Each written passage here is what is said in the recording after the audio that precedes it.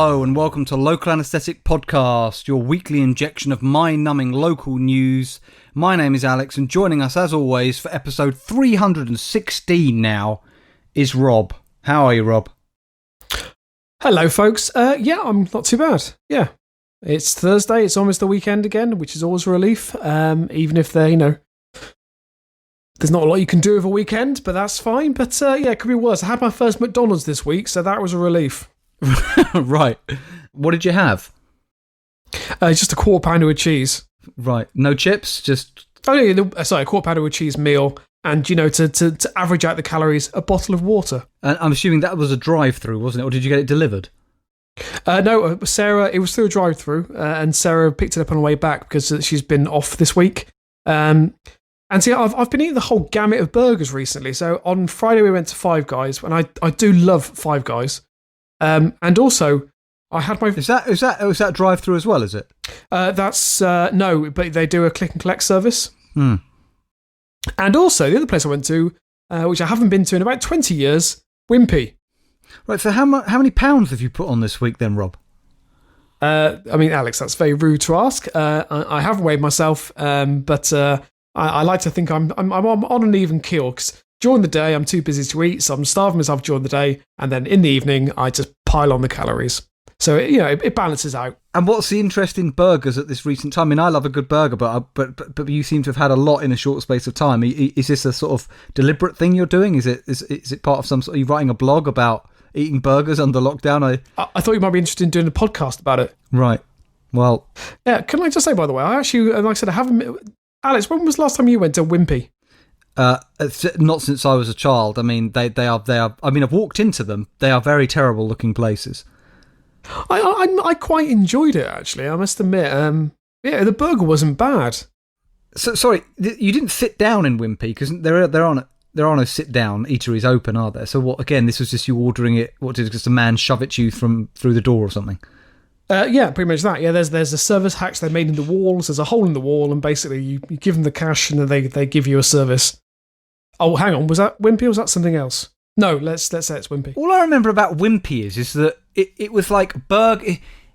So when I was a kid, I suffered under the sort of illusion that Wimpy and McDonald's were sort of rivals. I had no idea at that young age that Wimpy was nothing compared to the global sort of mega corp business that McDonald's is.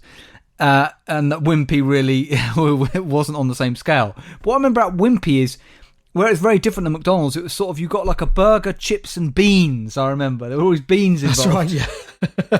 Yeah, so they also toast the bun, which I quite like. And the other thing that that has stayed on the menu, they do what's known as a Buster Burger, which is a burger, which I didn't have. It's a burger with a Cumberland sausage. It's very strange. Sorry, Rob, how many burgers have you had in a week?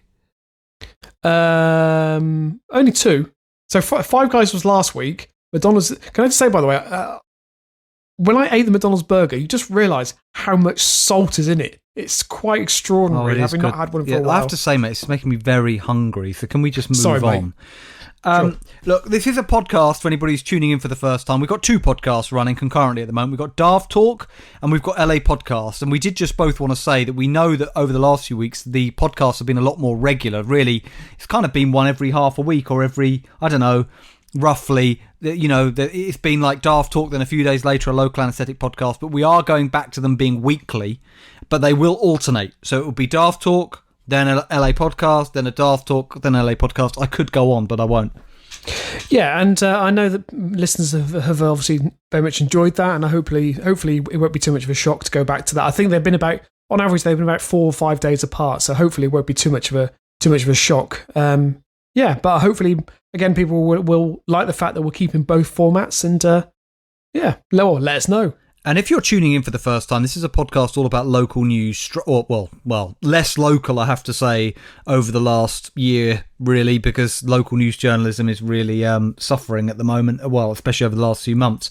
But I've got some cracking stories this week, Rob. But I did just want to start off with something a bit serious, because last week, Rob, we did mention everything that had been going on worldwide with the death of George Floyd and everything else. And I'm sure, I don't know how much time, I mean, I've had sort of a bit of time to really dive into kind of, I feel like I feel like I've done more reading and research around this era in the last sort of couple of weeks than I have in however many, years I've been alive, sort of thing. Like I've really, and I think it's been very eye-opening for all of us. But one thing that I don't know exactly what propelled me to do it, but I was doing a lot of reading around a particular area, and I just started writing stuff down, and then in the end I started just writing it in my own words, and it was very much a bit like an article a journalist would write, and I don't work for a newspaper, but we do have a podcast, and I'm not going to read it out like it's I just wanted to go through it because I think this is something that you might not know about, Rob. I definitely didn't know about it, and I think our listeners would really like to know about it, because I think that this is very eye-opening. Okay. It'll only take a few minutes.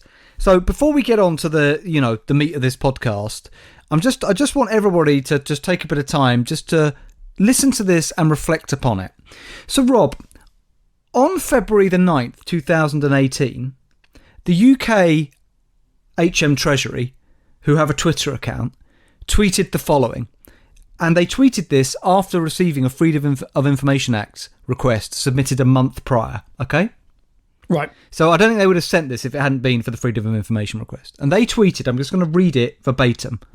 Here's today's surprising #Friday fact. Millions of you have helped end the slave trade through your taxes. In 1833, Britain used £20 million, 40% of its national budget, to buy freedom for all the slaves in the empire. The amount of money borrowed for the Slavery Abolition Act was so large, it wasn't paid off until 2015, which means that living British citizens helped pay to end the slave trade. That was their tweet, Rob. Now, okay. So I think a lot of people will have read that, and it would have maybe it might help them feel good about themselves. I don't know. But the Treasury's tweet, Rob, was highly duplicitous. So the Slavery Abolition Act did indeed free 800,000 African slaves who were then the legal property of Britain's slave owners, but the same act contained a provision that owners of these slaves, all of them, would be financially compensated for the loss of their, in quotes, property by the British taxpayer. And so... Do you know what? Yeah, go on. Strangely, I was on a meeting today, and obviously, there's been a few meetings, especially in my substantive team, where this conversation has been very much in the fore, as I suppose it may have been in many workplaces. But this was mentioned that slave or families of slave owners were compensated for their drop in income. Well, yeah, I'll give you the detail. You're absolutely right. So, HM Treasury obviously reframed this in their tweet as buying the freedom of all slaves. So this is what happened, Rob. The British government took out a huge loan, so it was a loan, back in 1833, to cover the costs of this compensation, which they paid out to slave owners in this country, and it represented a staggering 40% of the Treasury's annual spending budget at this time. In today's money, Rob, it's billions and billions and billions. Okay? It's astonishing. So to put it into context, Rob, this was the largest financial bailout in British history until the financial crash in 2008 and the subsequent bailout of the banks in 2009. That's to put it into context. It was a national debt that took until 2015 to be paid off. That means that all of us in the UK, including the descendants of slaves, were using their taxes to pay off slave owners until 2015. Now, in July 2015, then Prime Minister David Cameron travelled to Jamaica on an official visit.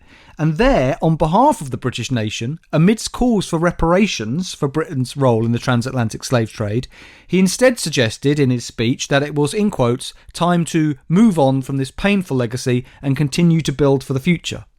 What he didn't mention, Rob, about this painful legacy was that there were wealthy families all around the UK who were still indirectly enjoying the proceeds of slavery. He also did not mention that both himself and his wife have links in their family ancestry to slave ownership. Of course he didn't. Why would he? No. And here's the other really interesting thing, Rob. So that Slavery Abolition Act that I mentioned in 1833, so it compensated the slave owners. It gave nothing financially to the slaves. In fact, under another clause, which I'm not sure a lot of people know about, after the slaves were, in quotes, freed, they were forced into a new category of apprenticeship, in quotes. And this was a 4-year period in which Britain declared it would teach and train former slaves on how to use their freedom responsibly. How to use their freedom responsibly. But funnily enough, that training involved unpaid labour for the very same masters they had previously been bonded to on the very same plantations. And then what did Britain do?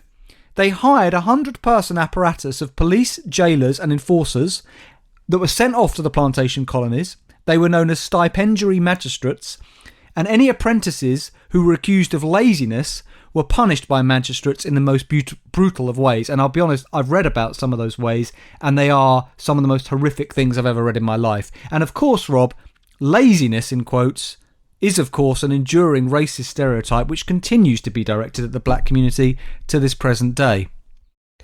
I mean, this sounds very much like going from from slavery into slavery.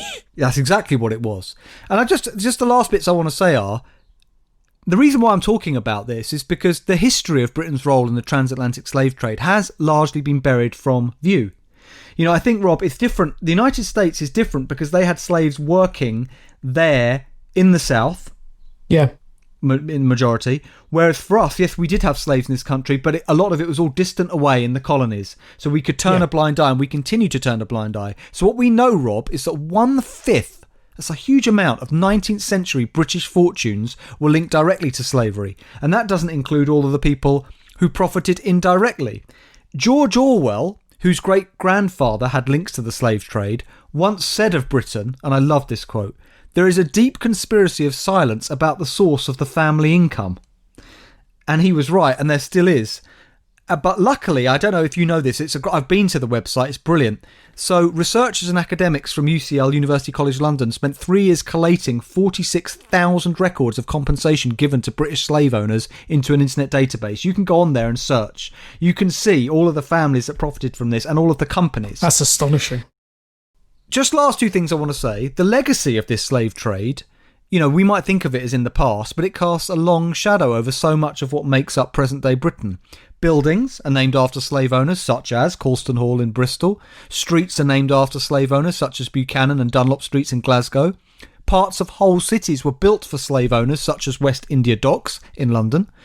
Across the UK, heritage plaques adorn townhouses describing former slave traders and owners in terms that obscure their past, such as West India merchants and West India planters.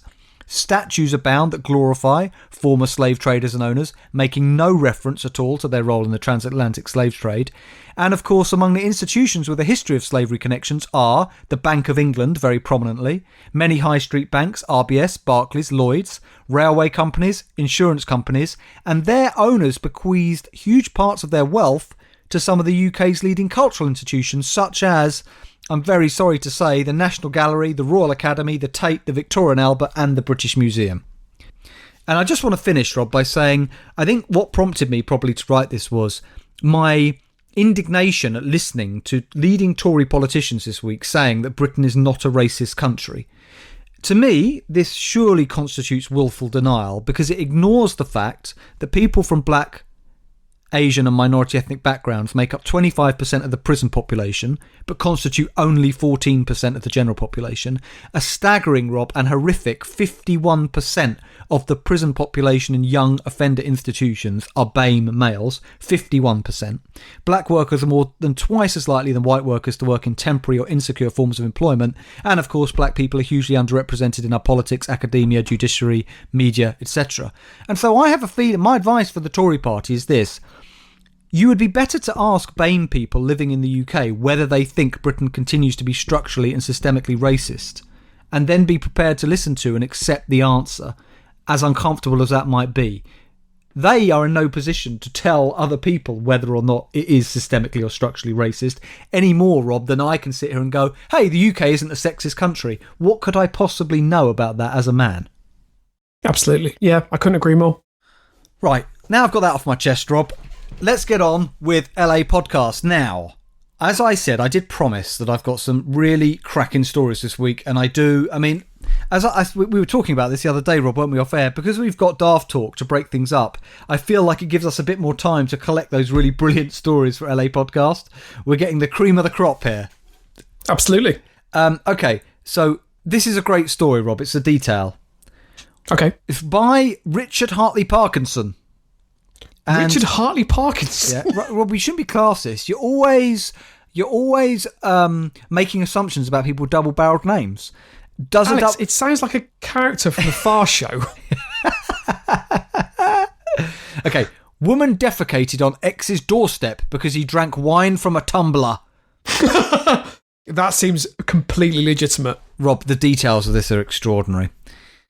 Right, a woman is facing a possible jail sentence after lashing out at her ex-boyfriend when she tried, Rob, to rekindle their relationship. Right. Decca Ahmed, 41, turned up at the home of Sylvesters Rulis, 28, during lockdown on April 15th and messaged him saying, "Surprise! I'm downstairs and I've got a bottle of wine." Just the kind of text you want to get from an ex, Rob. Yeah, that's creepy. However, when he poured it into tumblers, Rob, rather than wine glasses, she flew into a rage and threw it at him. He dodged out of the way and it smashed into a cabinet. Ahmed then slapped him around the face 10 times and hit his housemate, Ravis Melders, with a belt before they were able to bundle her out the house. When they got her out the house, Rob, that was when she dropped her knickers and defecated on the doorstep of his home in South Kensington. Do you know when you look back on your past relationships and you think, actually, there were telltale signs there why we split up? If she was trying to rekindle that relationship, at what point do you think that went wrong?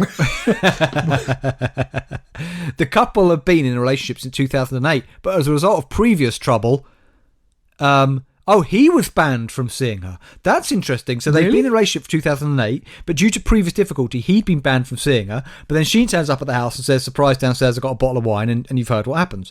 He appeared in court via video link as he's currently in custody on various charges, including stealing the doorbell from Ahmed's home. That is so petty. I love it. This is a very dysfunctional couple, I would argue. Yeah, absolutely. So Ahmed said that on the day she attacked him with the tumbler, she was at his house to retrieve the doorbell. So she turned up to get the doorbell he'd stolen from her home. Are you with me, Rob? Yeah. And he'd invited her in for wine. However, District Judge Alex Jacobs at Westminster Magistrates Court rejected her version of events and convicted her of criminal damage and 2 counts of assault by beating. Prosecutor Julie Edoe said the defendant became upset by the complainant drinking wine from a water glass rather than a wine glass. We've all been there, Rob. Her previous convictions make it apparent that when she is drunk, she resorts to violence, including using glasses and throwing them towards the complainant. Mr. Rulis, the ex-boyfriend, said she was drinking too much, and when she drinks too much, she's very aggressive and angry over little things. She texted me saying, "Surprise, I'm downstairs, I got a bottle of wine." She had 6 or 7 glasses of whiskey, and I had 2 or 3. She slapped me 8 to 10 times in the face. She wanted to have physical contact again. My flatmate gets home. So she wanted to have sex. My flatmate gets home. She doesn't like my flatmate, so I asked her nicely to go back to my bedroom, and we talked for a little while, and then I went back to talk to my flatmate. She was aggressive, rude, disrespectful. I went back to the bedroom and I realised she's using my phone. I saw Facebook was open and Instagram, and she added nasty text to my Facebook, which I deleted straight away. She got super aggressive and started fighting my flatmate, trying to kick him. Then I realised this is out of control, we've got to call the police. Somehow he managed for her to be outside the door when she started being really loud. She was banging on the door and suddenly it went silent, Rob. And we were looking at what was going on outside. She was urinating and shitting all over my front door. Oh, God. Yeah, 6 officers arrived and tried to pin her down. She will be sentenced at a later date. Comments, DCM says, "Wow, who would want an angel like this?" James Law says, "What sort of wine was this?" And Whispering Pince says, "Imagine introducing her to your parents and cleaning up her mess at the same time." And of course, Lee Hunter ends simply with the word classy. Now, last story, Rob, very short, really. Talking of classy, this is from CNN, World section. Right. Wow. Now, this is similar to a story we had recently. I think, was it last episode with the story about the man Yes, it was. Oh, God, we loved that story, Rob. That was one of our best ever for a long time. The man who inserted the jar up his rectum, Rob, sat there with it for 2 days in pain before he went to the hospital. You remember that story? I think jars underplaying it, wasn't it? Wasn't it actually a glass bottle, I seem to remember? That was it. When I was listening back to the edit, I really did enjoy your speculation that he would sit with the family and like they'd watch comedies, and then when there was a joke, he used the excuse to laugh to actually let out agonising screams of pain. Yeah. This is similar. It almost makes me feel more uncomfortable, Rob. It's by Isha Mitra and Rob Pichetta. I think it was so disturbing they needed 2 people to cover it. Okay, yeah, makes sense. A man put a cell phone charger up his penis. It got stuck in his bladder and had to be removed by surgeons. Okay, hang on. So I'm assuming that he inserted the connection end into his urethra. Is that right? Do you know what? I instinctively just held my crotch right there. An Indian man who went to hospital with abdominal pain, oh my God, it's hurting even talking about it, inserted a mobile phone charger cable into his penis. A doctor who treated him told CNN on Monday. Do you reckon the doctor's like just called up CNN straight away? Oh, I got a story for you here, mate. I think he actually made the call while he was still treating the patient. Well, there's no other way of CNN finding out about this. I mean, this is just a breach of patient doctor confidentiality, isn't it? But again, to what end? Why would you do this? Surely there's no pleasurable experience as a result of this. Well, Rob, you could be wrong. The man visited a hospital in northeastern India last month, claiming he had... So, Rob, this is a man who's turned up to a hospital having inserted a mobile phone charger up his penis, but he needs an excuse. Because, by the way, what you need to understand about this story is he's inserted it all the way inside. The mobile phone charger can't be seen. It's not hanging out the end of its dick.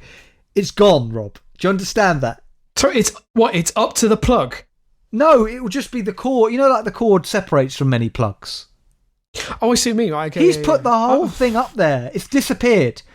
I don't even know how. Right. I'm sorry. How is he able Rob, to do stop. this? I'm in pain. I need to get through this story. Just listen. What do you think his excuse... So he needs a reason to explain this pain. What do you think he says? I'm mentally ill? No. What do you think he says? He doesn't, he's not telling... He doesn't tell them he's put a mobile phone charger up his penis. What do you think he says instead? He was trying to charge his penis? I've no idea, Alex. No, he claims that he's ingested some earphones. I don't understand. His stomach's in pain.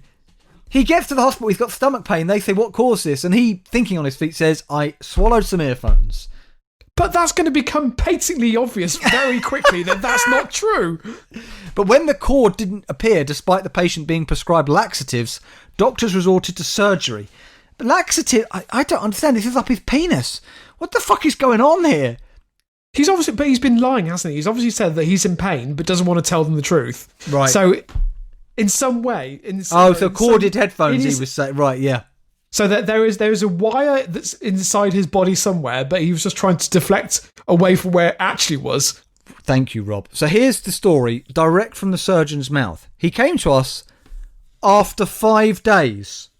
Oh, what? How? Rob, he must have been watching a lot of comedies. Carry on. He must have been doing a lot of comedies. Could you do that laugh with pain in it for us again? So we know what that sounds like. That's it. Despite passing stools several times, the cable did not come out. We then conducted an endoscopy but couldn't find anything. As the patient complained of severe pain, we decided to perform surgery and found that there was nothing in his intestine. It was at that point that an X-ray revealed the man to have a 2-foot-long charging cable in his bladder, inserted via his urethra, the tube that leads from the penis to the bladder. Now, I'm looking at it, Rob. I'm going to describe it. It is a typical... It's very thick. I'm going to be honest. It's a thick, black, 2-foot cable. Micro USB on the end. It looks to me like it's a hefty lead, Rob. It's like this. Yeah, like that. I'm showing Rob a thick lead. Yeah. Not my thick lead. I need to be clear. A thick lead. Alex, I don't understand. Why? Again, at what point did he think... Because at some stage, right, he could have retrieved this. Yeah, he kept going. He kept going until it was fully inserted into his penis. How did he think it was ever going to come out? Exactly. Well, they made an incision and took out the cord. The doctor surgeon said if he had been honest, then it would have saved us the trouble and we could have treated him sooner. Look, guys, I'm going to be honest, right? I've come to you because I'm in a lot of pain because I inserted a 2-foot mobile phone charger up my penis. Help me out. Yeah, I look, I'll be honest, I was having a drink, I tripped and fell and the whole thing went up there. I just need your help. Well, the surgeon says, who's obviously a man of the world, Rob, I've read that people used to get sexual gratification by inserting instruments through the penis. This is one such case, and the psychiatrist can help him beyond this point.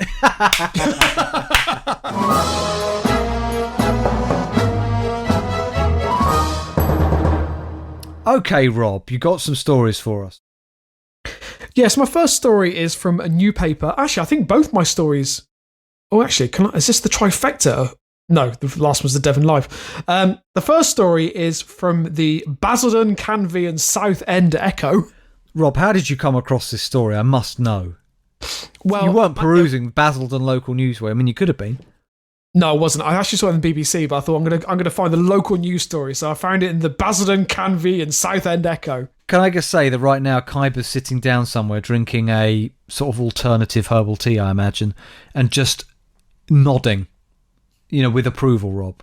He's like, yeah, yes. Absolutely. The purity, He respects the purity of local news.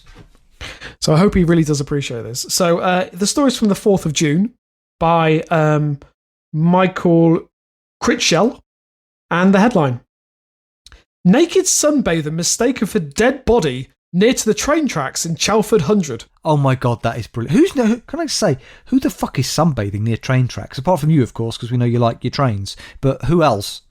And why naked? Why balls out?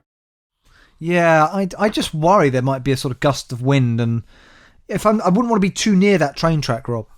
No, I mean, to be fair, Alex, there should never be a situation where you're too close to a set of train tracks anyway. But anyway.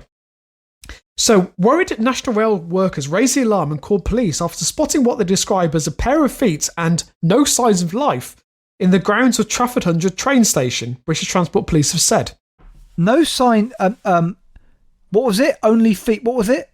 They describe as a pair of feet and no signs of life. I like that as an episode title. A pair of feet and no signs of life is a very lovely phrase. Yeah, it is. You're right. It happened on Monday as the sunny weather continued and temperatures hit 25 degrees Celsius. In a tweet, British Transport Police said, rushing to the scene, officers found a man in his late 30s enjoying some nude sunbathing. Please don't sunbathe on the railway. Which again... See, to me, sunbathing is actually dodgy at the best of times because you're effectively just burning your skin and raising your risk of skin cancer. Yeah. I really wouldn't want that on, I'm assuming this man was intoxicated. Let's put it that way. So, a spokesman for National Rail said, "Let me lay it bare. The railway is not a place to sunbathe. Please keep away from the tracks." Why are they putting puns? Again, it's all this... I just don't understand these people. Everything's an excuse to have a laugh, isn't it? Including this podcast. Alex, it's one of these statements that we've covered so many times where they shouldn't have to say, please don't sunbathe naked near a railway line. It's one of those things that most civilized people would just, automatically think would be a bad idea. Just to move on.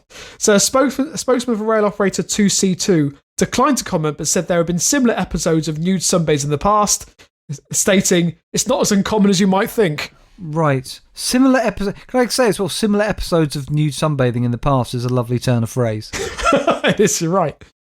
Okay, right. So my next story, as I said, I think that we haven't covered this paper. So this is The Courier, which covers Fife, Dundee, and that kind of area. The story is by... Again, I'm going to ask, even though I don't answer you when you ask me where I get my stories from, where did you find this? I'm not going to say. That's fair, but Rob, that is fair, isn't it? It is fair. I should say, I stole it from the brilliant blog, Angry People in Local Newspapers. But it is a great story, so this is why I wanted to feature it. And also, it reminded me of a certain gentleman who used to feature a lot on this podcast, who may have been slightly eccentric, Mr. John Mooner. Can I just say, Rob, talking about eccentric people or organisations that we featured on this podcast, you are aware that as per yesterday's press briefing, government press briefing, one of the big pieces of news to come out of that is zoos and safari parks can reopen. I just wanted us to speculate at what the hell is going on at Eagle Heights right now. I reckon it's just chaos with them trying to. I don't know, because God, Rob, the mind just boggles. Surely they're just trying to round up all the animals they've set free. I imagine there's a lot of resuscitation attempts going on. Yeah, that's probably fair. Just people, Rob, standing over eagles, giving it mouth to mouth, and the what's it called, the chest CPR. pumps. CPR to a dead eagle. Again, a good episode title or the name of an album. Yes. I'm also conscious as well that your birthday isn't too far away, and we did promise the listeners a visit. So just putting that out there. We'll see. I'd imagine Eagle Heights could be a coronavirus hotspot. No, I can't say that. I take that back. I take it back. I can't slander them in that way. I apologise. But nevertheless, the kind of people, I don't know, Rob, the kind of people who go there, I don't know. I just imagine the crowd. I think there's a lot of Nigel Farage types, Rob. Of course there are, Alex. God. But, if we went there, we just buy a Union Jack t-shirt, we fit right in. Right, okay, so this is by Michael Alexander from the 1st of June. Nice name. Are you ready for this? Air battle between two UFOs was extraterrestrial, claims Australian courier reader who witnessed incident. Right, so it's not John Mooner, that's a shame. No. I wonder if John Mooner's still with us, Rob, I'm going to be honest. That's a good point, actually. I mean... oh God, what's her name? What I love about John Mooner, Rob, yeah, is if aliens did exist and they abducted him, I reckon they just throw him back and just go, "You're mental, mate." Yeah, I think that's that. I mean, Alex, we don't know. He may have been abducted for genuinely. So hopefully they'll be returning him very shortly. I can't remember her name. Who is our correspondent who used to give us John Mooner stories? Helen, thank you. Sorry, Helen. Your name. Helen, who you call Helen. You call her Helen. I call her Helen, which is her name. But it's just your Welsh accent, Rob. I've said before. Right. Okay. Good. So, Peter Tyndale got in touch to explain how, as 10-year-olds in the South Australia town of Aldgate, just over 40 years ago, he and his twin brother Rob witnessed a hostile chase between two highly advanced crafts, resulting in one of those crafts crashing into a tree. Right, Rob, can I say Peter Tyndale is the quintessential name of a UFO watcher? So did I say Peter? Sorry, Phil Tyndale. Phil Tyndale. Phil and Rob Tyndale. They sound like UFO spotters to me. So the crash was reported by a third witness who was able to have a closer look at the craft, which resembled an 8-metre-long yellow speedboat from its side. An 8-metre-long yellow speedboat from its side. Why do they describe it as a speed? Okay, so so it's kind of the shape of the probe. Exactly, yeah. Yellow speedboat. However, by the time the police arrived, the object had disappeared, leaving only unexplained broken branches. As it would. Phil contacted... There was no debris. Apart from the broken branches.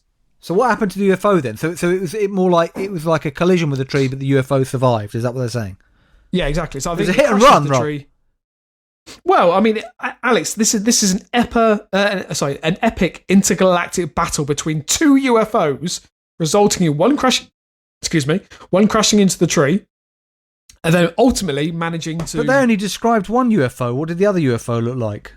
Does it say? Is she saying that? Well, there's more detail.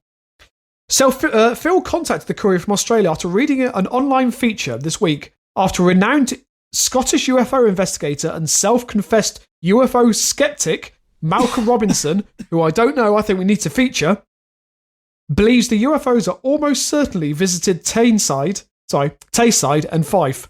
I thought you just said he was a UFO skeptic. Yeah, he's a skeptic who believes in UFOs. What the fuck Scottish does that mean? UFO investigator and self-confessed UFO skeptic. Right, does he just call himself a UFO skeptic so he can make his stories sound more believable? Like, I'm the last person to believe this, so therefore it must be true. Yeah, I think that might be the case. So, like Malcolm, Phil has concluded 95% of UFO sightings are explained by natural identifier solutions. That makes him the skeptic. But that means there are 5% that can't be explained. Yes, I see. As you rightly say, however, he also takes the view that 5% fall into the unexplained category. Well, Rob, you say this, and you're kind of laughing about it. But I've told you I saw a UFO when I was about 13. I've told that story on the podcast before. But also, I mean, even the Pentagon recently finally fucking released those videos, and they've said they can't explain it. I'm sure you've seen them of the video taken by the pilots, the jet pilots with these I mean, what the fuck were those things? They're not explainable by natural phenomena. We don't know what the fuck they were. That's a good point, actually. Yeah. So Phil explained how the incident unfolded at 9:30 on Thursday, February 7th, 1980.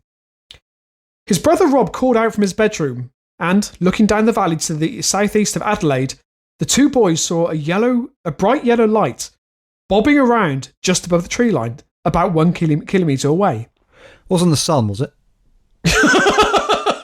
Oh, yeah, that might have been it, yeah. 9:30. Oh, that's February, though, so you wouldn't think the sun would have set at that stage. After a few minutes, a second, slightly larger object appeared emitting a red light in what he describes as an almost cartoon-like motion. It zoomed up to the yellow object, stopped, and reversed, then did it again, as if prompting a reaction. So he was trying to maintain that this second object was flying up to the first UFO, reversing, then flying up to it again, as if it was goading it, Rob. It was goading. Exactly. The two objects then took off with the red object in pursuit before zigzagging across the sky like two blowflies. They watched it for around 15 minutes. The same night, a local farmhand, 21-year-old Daryl Brown, reported seeing a speedboat-shaped yellow thing. Rob, can you just stop a second? I'm really sorry to interrupt, but there's something about this story where, even though it's from the 1980s, the way they tell it makes it sound like it could be like from the 18th century. It really does make Australia sound very backward with this local farmhand. I know Australia's a bit behind the rest of the world, but still. Yeah, I know what you mean. So the same night, a local farmhand, 21-year-old Daryl Brown, reported seeing a speedboat-shaped yellow thing like a half-moon crash into some trees near the horse farm where he worked, in the exact area where the brothers last saw the object. Phil added, I have no doubt that they were being visited, both from my own experience and speaking with others. Many sightings do have earthly explanations. Unfortunately, these reports often muddy the water and make it difficult for investigators to piece this puzzle together. So, Rob, why are you reading this story out? It seems to me that you're reading this story out to make fun of these individuals, but I wonder why. Are you a skeptic? I mean, we've already talked about the fact that it would be very arrogant of us as a species to assume that we're the only ones here, or that there aren't even other realities. I mean, this thing that I saw one time, I think the thing which makes proper UFO sightings stand out from regular occurrences is that at first I just thought it was a plane in the sky, right? Yeah. In terms of the trail it was leaving. But it's the irregular movements these things make, which are not possible for what we know to be our current technology. So the thing that I saw stopped in the fucking air, and then it went up, directly up, and then round, and then just zipped off like as quick as you could see. And those people have seen similar things. Now, it could be that they are extraterrestrial in origin, or it could be that, let's be honest, it's quite likely that we do have various technologies that aren't revealed to the public, which we test and everything. Absolutely. But why can't it be aliens, Rob? You're not arrogant enough to believe that humans are the only thing alive in this great big universe, are you? No, I agree, Alex. Okay, well, look, there is also something about the story. There's a drawing that I need to bring your attention to. So can you please Google? Okay, I knew there was going to be something. Oh, I just went off on that long thing. Okay, go on, give me the headline, you bastard. Okay, so air battle between two UFOs was extraterrestrial, claims Australian courier reader. Yeah, got it. It's top hit, just me putting air battle UFOs. So, also, I'm getting a good picture of the guy. Oh, and there's a video of him talking about it. There is. Can you describe the drawing, please? I'm going to try and describe the drawing, which is by Phil Tyndale and is captioned Sterling UFO Crash 1986 in brackets Australia. And I assume the person... Okay, so the picture is of a tree, as if you're at the bottom of the tree looking up, and it's got some branches, a few of which are broken, and lodged in the tree's branches is what appears to be a frisbee with or a surfboard, yeah? Or one of those dinghy things, like those dinghies. It looks like a dinghy. It's basically a dinghy. It's not a UFO. And then there's a man standing at the bottom of the tree, sort of holding his arm up, and he's wearing a sort of hat. I assume this is the farmhand, the rural. But what's he holding, Rob, in his right hand? It looks like a mobile phone, but they weren't around in 1986. So what is that? So I like to think it was a Snickers, maybe. Right. Didn't. Okay. Not sure. Right. So. But what's interesting is is that meant to be it crashing into the tree, or is that what they found in the tree? Did they find this thing lodged in there? This lozenge? No, they are maintaining that apparently this UFO crashed into the tree, but kept on going. I thought they were quite some way away. That image, I mean, I don't know how. Maybe it's used for perspective. No, that's the farmhand. It says a drawing by Phil. Oh, a drawing by Phil of what Farmhand Daryl saw. So how did they contact this farmhand? I don't even understand. Anyway, so they get a carrier pigeon out to Phil the farmhand. He writes back and says, "This is what I saw," and they made an artistic impression of it. Well, I understand your skepticism now. I also like the idea. I don't know why. There's something about what the farmhand saw. It sounds like a very good title for a play. Well, or an episode title, Rob.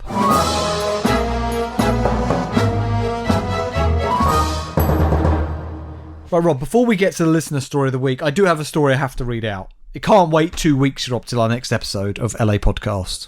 Okay. It's from Wednesday the 3rd of June. Rob, for the first time ever, we're featuring a story from the Brussels Times. This is a that top sounds like paper. a made-up paper. No, it's Belgium. Oh, Real. right, okay, fair enough. Right. Anyway, sorry to all our Belgian listeners out there. Rob, this is a brilliant story. Now, Rob, I'm going to have to ask you maybe to do a bit of acting for us during this story, because one thing which you are very, very good at imitating is a man on the edge of a nervous breakdown. And this man... No, you do, like, as you did earlier. This man, well, I love this. Rob, I just love this story. It's everything that Local Anesthetic Podcast has been for however many fucking years we've been doing this. Can I just say, by the way, when you say imitation, that's not an imitation. That's just me. Yeah. No, I understand that too. Headline: Belgian man has been receiving pizzas he never ordered for years. Right. A 65-year-old man in Flanders says he is, in quotes, losing sleep because he's been receiving pizzas he's never ordered for nearly a decade, sometimes several times a day. Now, Rob, that would fucking tip anybody over the edge, would it not? So, hang on. So someone is doing this on purpose. It has to be the case, surely. Someone is driving him to madness. It's a systematic campaign of intimidation via pizza deliveries. A good episode title, Rob. There, very good episode title. Very, very true. Over the past 9 years, pizzas he's never asked for have been delivered to Jean van Landigem's home in Turnhout in the Antwerp province. It started 9 years ago, he told... I can't read the name of that newspaper. Suddenly, a pizza delivery man handed me a whole load of pizzas, but I hadn't ordered anything. Now, the first time that happens, you wouldn't think much of it, would you, Rob? No, not at first. He thought it was a simple mistake by the delivery address. But orders of pizzas, kebabs, pittas, and other food that he never ordered kept flowing in. It can be on a weekday or during weekends, at any time of the day. The orders come from delivery services in Turnhout, but also from the surrounding area, so it's not just one place, Rob. I've even had orders delivered to me at 2 a.m. I cannot sleep anymore. I start shaking every time I hear a scooter on the street. I dread that someone will come to drop off hot pizzas yet another time. I'm sorry. This seems like a fix that could easily be resolved. How? He's been trying for 10 years. Rob, you never sympathise with the victim. They're always to blame. He's not a victim. He's getting food delivered to him 24 hours a day. What, I mean, that's some people's dream. Rob, have sympathy. Listen, one day in January 2019, 10 different delivery men showed up at his house, Rob. 10. One of which had 14 pizzas with him. Right. Someone is doing this to him. I have always... Yeah, but you think that these companies would say, when they start hearing that address, would say, no, we're not doing it. Exactly. There's something fishy about this, Alex. I've always refused the deliveries, he says. I've never paid for anything. But he's adding that the harassment is not only annoying him, but also the restaurants. It costs them money. They have to throw the food away. On the day that 10 deliveries showed up, I did the math. It cost €450. I only buy frozen pizzas from Aldi. I never asked for them to be delivered to my house. A friend of mine who lives in Herenthout is going through exactly the same thing as I am. She's been receiving pizza she's not ordered for 9 years. Sometimes no, fuck off. I think this is about? I think this is systemic issues in Belgium, and I blame, Rob, the European Union and Brussels. It has to, Rob. It can't be any coincidence that the seat of European power is Brussels, and this is where it's going on. I reckon this is the Brussels apparatus probably intimidating this man because he's in some way anti-Europe. I'm kidding, everyone. I'm just giving the Nigel Farage interpretation. Of course. I like the idea that for some, I don't know, maybe it's towards the end of the financial year and the I think this is really bad. Does Brussels have a president? I don't know. Well, Belgium. Anyway, Brussels is a city in Belgium. Sorry, yeah. Does Belgium have a prime minister? Yes, of course they do. Well, okay. The premier of Belgium basically find themselves in like this budget surplus, and it's decided to then order takeaway for every single resident of the country. So anyway, he says, sometimes we both get them, him and his friend, on the exact same day. When that happens, we warn each other to expect a delivery. He said, adding that it's likely someone they both know. So he's onto it like you are, Rob. He thinks somebody they know, both him and his friend, are subjecting them to this campaign of intimidation. Alex, can I just suggest that, so they're getting on the same days? Yes. Do you not think they're just targeting each other? Yeah, they're like ex-lovers. He reported the false deliveries to the police several times, he said, but he still has no idea who the person harassing him is. I cannot take it anymore. When I find out whoever is... I wish I could do the Belgian accent, but it wouldn't be good. I cannot take it anymore. When I find out whoever has been bothering me for the past 9 years, it will not be their best day. And that, Rob, is a chilling threat, if ever I've heard it. It is. Okay, Rob. I'm just unsheathing my recorder here, my purple recorder, my long purple recorder. Sorry, Rob, I'm struggling to get it out of its sheath.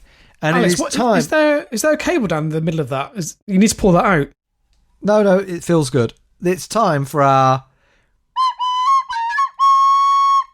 listener story of the week. I've been practicing under lockdown. Anyway. So this can't wait to get back to the Royal Albert Hall. Then that's not going to happen. So this week it is from Amy. It's been a while since we featured one of her stories, but so I felt it was about time to pick those up.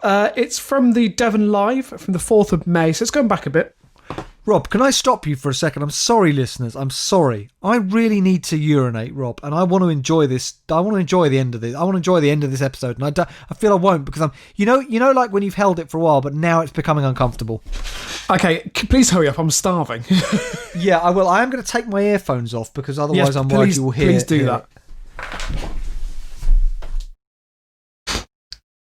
Now, listeners, obviously, this is the perfect opportunity for me to really show what I'm made of and just fill in this dead time. Or Alex is urinating. So I think there's a lot of things I've been meaning to get off my chest. Unfortunately, none of those have come to mind. So I'm just gonna tell you what I'm having for tea. Salmon, yeah. Maybe some rice. People would say that's a strange combination, but I found this really nice rice which is infused with coriander, and it really works well with the salmon. I might have a glass of whiskey on the side. Try and keep it classy. Possibly some water as well, just to wash it all down with. And then I'm going to go to bed, as it is a Thursday night, and I don't want to overdo it. Obviously, going into the weekend, and even though we are under lockdown, I still like to have a drink, not to excess. Obviously, that would be unnecessary, but just to try and keep it convivial, really. He's back. I have to say, Rob, it's surprisingly difficult to urinate with a 2-foot mobile phone charger up your penis. That is a shock, I'll be honest. Well, I did get a shock as well. I think there's a bit of electrical charge left in there. Sorry about that, everybody. Yeah, listener story of the week, Amy. Yes, so it is from the Devon Live, as I said, from the 4th of May by Anita Merritt, and the headline. Now, by the way, this headline I think is slightly misleading. But, what paper did you say it was? The Devon Live. Ah, okay. So, Peyton prank sees late builder publicly punished. Now, when they say late builder... Sorry, Rob, I can't remember what the term is in it. What is it called when you have that repetition of the same syllable in a sentence? Oh, God. It's not onomatopoeia, is it? It's not... No. It's not... alliteration. Right, read that again, because that had an extraordinary amount of P's in it. So, Peyton prank sees late builder publicly punished. You did well to read that out, Rob. I'm impressed. Thank you. So, a Devon builder who was late for work this morning has been published. Sorry, it's not published. Has been punished with a prank which has not only caught the attention of locals, but also the police. Right. Jordan Waffer, 20 of... Sorry, Jordan Waffer? Jordan Waffer, yeah. Waffer. Waffer. Yeah, Waffer. God, see, those are the kind of... yeah, okay. Anyway, Jordan Waffer, all right. Turned up on site 5 minutes late in King Ash Road, Peyton, this morning. The labourer, who has worked for a local construction company in the town for the past 6 months, found himself wrapped in cling film and tied to the scaffolding outside the property where the company is working. Oh, great japes. The prankster colleague had attached a cardboard sign on which reads, "Sorry for being late," and put a special hat on his head. Rob, do you remember that story we had? I can't remember when it was. I ballpark it maybe a year and a half ago. And it was that story about that guy who, on his stag do, had those great mates, Rob, who played the prank on him. And what they did was they like gaffer taped him into a wheelchair and stuck their own pubes all over his face into a pube beard, and then pushed him off a train onto a platform, causing quite severe injuries. Those were his mates, Rob. Yeah, I remember that story because I think it was a lot longer than a year and a half ago. Because that's one of the. Oh my God! Because if you remember, Face the Strange did a very nice mock-up where they mocked my face onto what we referred to as pube beard man, and then Andy Park's face onto the guy with him. That was it, yeah. So, just imagine, Alex, this guy's been gaffer taped to the scaffolding pole. Okay, he's relatively high up. I do want to check. He's on the floor, right? He's on the ground, or is he? No. What? He's suspended. Right, Rob, give me what's the headline? He is standing on the scaffolding pole. So the headline is, Alex, how can you not remember? Peyton prank sees late builder. What is patent? What is patent? Peyton, as in Peyton in Devon. Okay, read the rest of it. Prank sees late builder publicly punished. Oh, Peyton. Right, sorry. What the No, that's pretty high up. Robbie looks like a modern day Jesus Christ. Yeah. Crucify. He's even got the sign, like the sign, King of the Jews, that they put over Jesus. They've got the bloody piece of cardboard cut out the same. He's up there. What's that on his hat? What's that on his head, Rob? It's a paint pot. It's a paint pot, but this man is wrapped in cling film. He looks like a cocooned caterpillar. Alex, he was crucified for our scaffolding needs. Rob, he's up there, Rob. The smile on his face is really sad that he's going along with this. I would be livid. And also, if you had claustrophobia, I mean, there's no escape from that. No. It's fucking dangerous. He's up roof height, people. Alex, he was up there for more than 3 hours. Oh. Sorry, I'm looking at the picture now of the construction boss who's taking the picture. The people, you have to go online and look at this, listeners. It looks like Popeye being crucified with cling film.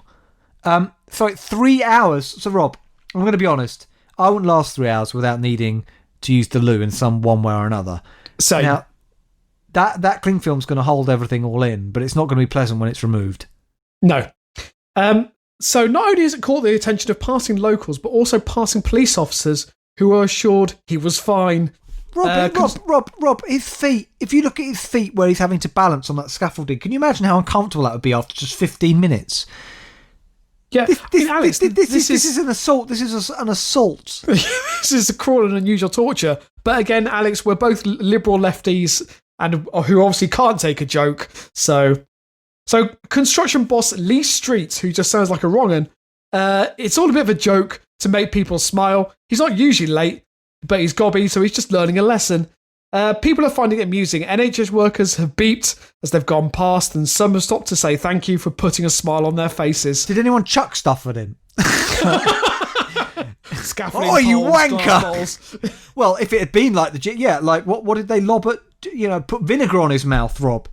Yeah, it just pierce his side with a scaffolding pole. Mary Magdalene didn't turn up, did she? Look here, Rob. He says here it's all a bit of a joke. They said he's more than happy to be up there and wanted to make it onto the evening news. Alex, To show yourself being pilloried. Do you reckon Jesus said that? Can we just hold out for a bit longer, guys? I want to make it for the evening news broadcast. For God's sake.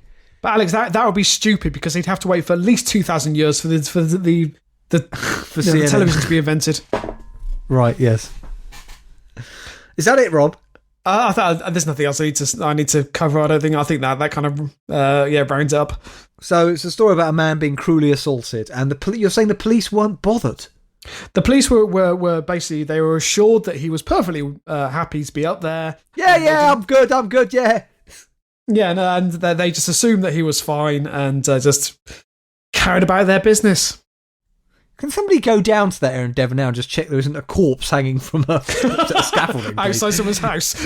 Yeah, I reckon it's some bizarre Devon ritual to ward off the pandemic, Rob. We need to sacrifice a lamb.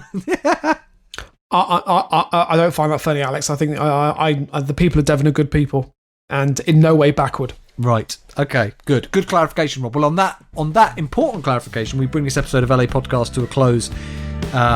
We look forward with a mixture of eager anticipation yet trepidation to our next episode of LA Podcast, which will be episode 317, Rob? 317, that's right, yeah. As we move ever more forward... as we move ever more forward, Rob, like a man continuing, Rob, every day to try and get to the bottom of why he is receiving food deliveries from all over Brussels to his home, Rob, sometimes up to 10 times a day. Rob, you were not sympathetic enough with this man.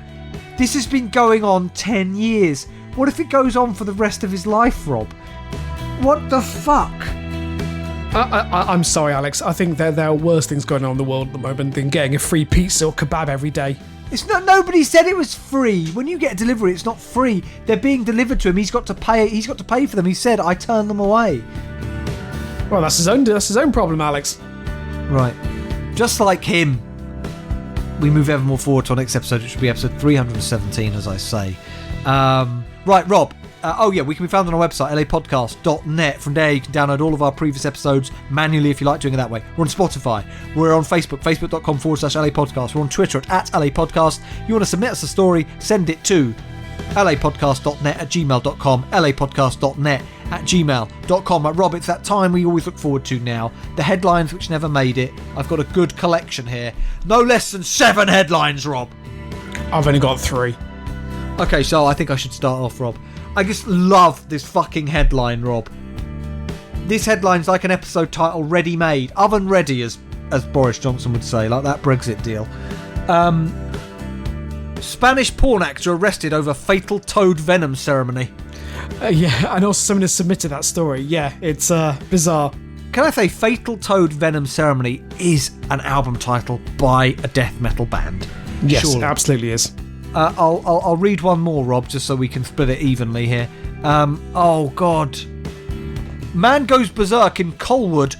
This is somewhere in the States, Rob. After drive-thru forgets mustard on burger. Apparently, Rob, he flew into a violent rage at Vancouver Island Wendy's after staff forgot to put mustard on his burger, according to police. We've all been there, Rob. I mean, have you been getting mustard on your burgers recently, Rob? Not a euphemism. I love a bit of mustard on my burger, Alex, and that is a euphemism. Are you having burgers tonight, Rob? No. Alex, when you listen back to the podcast, you'll know what I'm having this evening. I decided to fill in while you went to the bathroom. Oh, I look forward to it. So, my headline: Weymouth woman threw unexploded World War II bomb across garden. That's not sensible, is it? No. This is from New Zealand, Rob. Salami seller peddles his own meat to customer by using her contact tracing details. So this was a guy working in a Subway. She came in. They've got this policy where they have to get the contact tracing details in case anybody comes down with it. But then he sent her dick pics, Rob, of his own salami. Right. Okay. Lovely. And when I say lovely, I mean disgusting. Just one more, Rob, here. You mentioned it on the last episode, I believe. I just thought I'd read out the headline. You did mention about Kate Blanchett, so I thought people would want to know. Kate Blanchett said she suffered chainsaw accident, Rob, to the neck, but she's okay. I don't understand how any chainsaw accident relating to the chainsaw and the human neck ends well, but apparently she's okay, Rob. Well, that's good to know. So, next one from me. Police use riot shield and loaf of bread to control mental Greenock Swan. Why aren't you featuring that story? Naked Louisa man in gas station says spider attacked him. So basically he turns up to this gas station, he's ranting and raving, he's completely naked. And when the police turn up and ask why, he said he removed all his clothes because he was being attacked by a spider. That seems perfectly reasonable to me, yeah. And have you got another one, Rob? I've got one more to go. I should just say, by the way, these are all listener story submissions, and I'm sorry your stories haven't made it onto the podcast, but obviously the headlines have. The last one, though, Bull, as in the male cow, Bull's bid to scratch itchy bum cuts off power to 800 homes. I saw that. And last one, melon-headed and malicious. 2 suspects rob store with watermelons on their heads, Rob. Which is a very good disguise. I mean, they're literally ensconced in the watermelon. Right. Now, I don't know if our listeners have been able to tell, but I'm picking up, I mean, you mentioned it earlier, but Rob, I'm picking up that your patience for this podcast is running thin because hunger is taking over. Did you have lunch today, Rob? I did, but I am starving this evening. I don't know why that is, but I am. What did you have for lunch? I had... well, it wasn't that balanced. I had some raspberries, I had a yoghurt, and I had a packet of crisps and some blue cheese and crackers. And you're wondering why you're starving, Rob? I mean, it wasn't a proper meal. It was kind of a selection of items, but I enjoyed it nevertheless. Well, Rob, I'm sorry, listen, we've got to bring this podcast to a close because Rob is looking like, you know, he needs to eat, otherwise bad things could happen. I'll just put it like that. Thank you very much for listening, everybody. We've really enjoyed your company, as always. Next episode is going to be an episode of Daft Talk. Is that going to be episode 9 of Daft Talk, Rob? Yes, I believe it is, yeah. Wow. Getting to that Big 10, Rob, already for Daft Talk. And after that will be another episode. Big 10. After that will be another episode of LA Podcast. Thank you so much for listening, everybody. God bless. And keep it local.